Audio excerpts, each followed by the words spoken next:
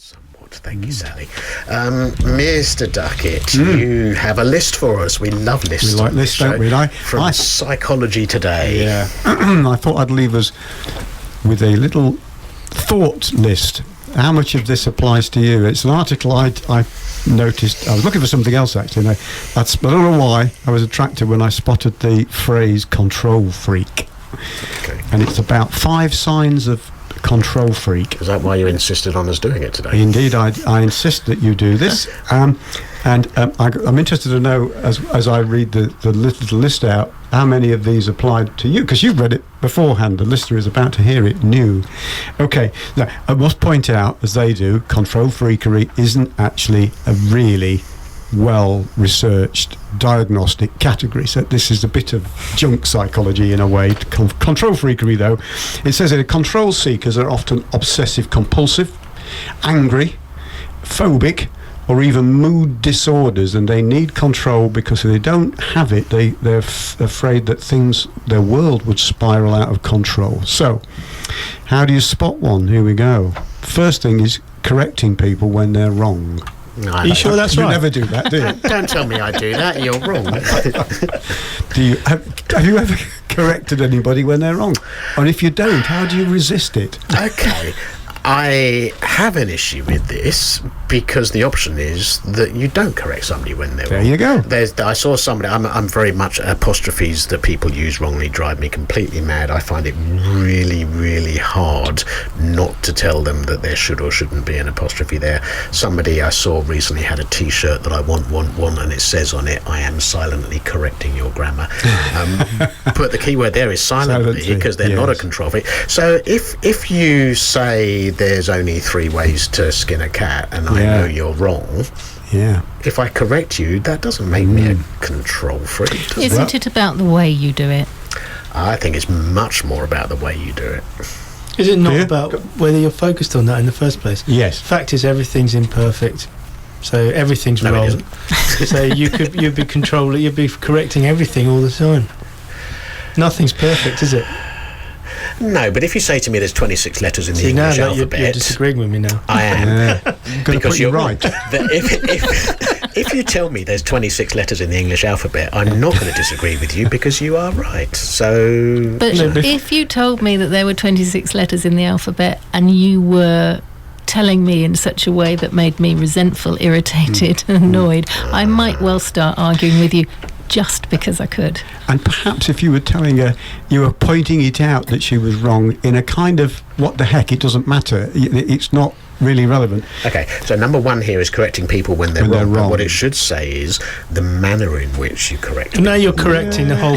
I am, because it's wrong. I think you can take that box, Mark. You can take that box. It's fundamentally wrong. I'm going to prove it. And remember, we haven't you're got correcting another hour on people's this show. pronunciation. You shouldn't be correcting pronunciation, you see. So when I say it's a bath, you should be silent and not try and remind me it's bath. I agree, See? because neither is right or wrong. But when you get someone... I'm corresponding at the moment with someone who's foreign and who's trying to learn English, and they've said, no, I want you to correct me. It's the only way that I will learn. Different. And then you'd tell them it was bath.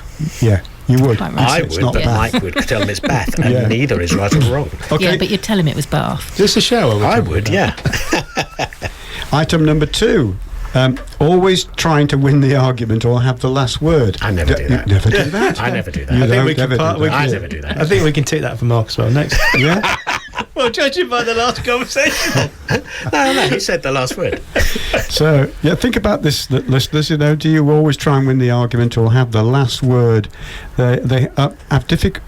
High control men and women are difficult to have relationships with because they like to set the rules and enforce them, and they feel superior to others. And you see, refusal to admit you're wrong, I really do feel is a failing, and that's the third shows one. you to be a... that's... You've moved on down. Refusing to admit when you're wrong. No, you're wrong. Just say you're sorry. I do make a joke of that sometimes. I'll say things like, make a note, 7th of April, I I admitted I was wrong.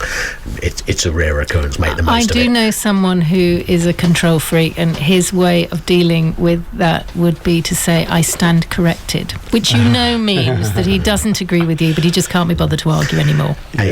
Somebody very clever who I know, when he is challenged publicly by somebody, will say, how do you know that? And they'll say, because it says in the Harvard Business Review, blah blah blah, and he'll say, that's not a valid source of reference. Lovely turn of phrase. Well, I think there is no right and wrong anyway. There's only judgment. High control people don't care how big or small the issue is. They just want to make sure they don't admit they were wrong. They might, as you say, they're happy to be corrected in a certain tone of voice when they say it. 4, I think this is 4th on the list. You always try and win the... No, I've done that. Refusal to admit when they're wrong. Judge or criticise others. I know that you're a very non-judgmental person. Go on, say that with a straight face. You never pass judgment on or criticise others. It depends on the scenario. I never do. I have that ring. Yeah, that halo above your head. Yeah. See, I judge people within the first 3 seconds, so I must be a complete. Everybody control does. freak. Yeah. We all do. Oh, that's me being honest Yeah. again. You make that decision. Everybody does it. No, you don't. No, they don't. Yes, they do. No, they don't. I can even argue with myself. Right. And driving with rage. Driving with rage. So it's they get frustrated. People with a high need for control get very frustrated when they're driving. They're the only ones who know how to drive correctly. They put others down. They make nasty faces at others, or curse or issue profanities when someone on the road does something that bothers them. They get annoyed because drivers go too slow or too fast. I was trying to get here and I found myself really getting annoyed with someone who was crawling for no apparent reason. There was no dust cart. There was nothing. And then I thought, the article. I do sometimes scream out. That is fair, actually. Scream out. It's the right foot. Yeah. It's the right foot. Yeah. It's not Sunday. Leave your caravan at home. But I don't get how driving with rage, as it's described here, is actually part of being a control freak.